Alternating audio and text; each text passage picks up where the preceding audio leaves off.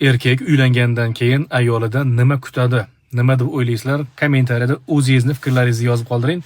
Ungacha men videoni oxirigacha ko'rsangiz, o'zimning fikrlarimni videoda aytib o'taman. Eng birinchi navbatda erkak kishiga xotirjam muhit kerak. Iltimos, bu narsani eslab qolinglar va shu narsani qo'ldan kelgancha qilinglar. Nima uchun? Erkak kishi odatda ko'cha insoni, tirikchilik, ro'zg'or tebratish maqsadida ko'chada yuradi va turli xil insonlar bilan ro'baro bo'ladi, muomala qiladi, munosabatga kirishadi va asabbuzarliklar, muammolar, dardlar yig'ilib qolgan bo'lishligi mumkin. Eringiz sizga dardini aytmayotgan bo'lsa, bu normal holat. Odatda erkaklar aytmaydi bu narsani, lekin bu dardi yo'q, muammosi yo'q degani emasda. Shuning uchun ko'chadagi shuncha muammosi yetarli bo'lib turgan paytda plus yana uyga qaytganda yana bitta muammoga duch kelmasin u.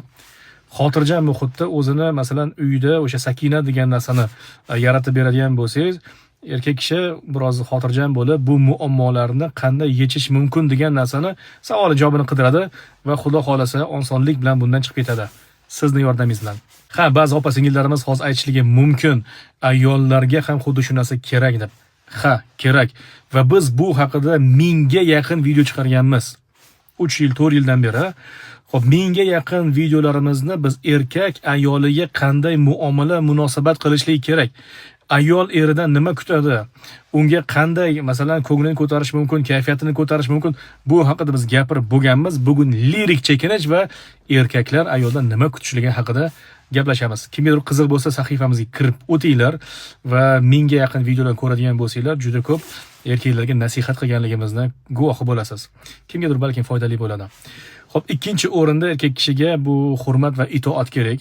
Xo'p, agar erkak kishi masalan farzandlariga nimadir desa, ayol g'irt teskarisini bolalardan talab qiladigan bo'lsa, bolalar otani masalan hurmat qilmay qo'yadi. Bu juda ham yomon. Ayol kishi ovozini ko'tarmasligi kerak eriga nisbatan. Mumkin emas, noto'g'ri narsa. Va albatta sizdan nimanidir qilish yoki qilmaslikni talab qilgan bo'lsa, so'ragan bo'lsa, bu narsalarni qilish kerak.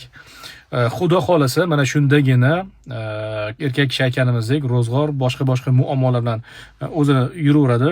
Uyga kelganda xotirjam, hamma uni hurmat qilyapti, itoat qilyapti. U qilayotgan mehnatlar qadrlanyapti. Xudo xolasa motivatsiyasi oshaveradi va siz uchun ko'proq harakat qilaveradi.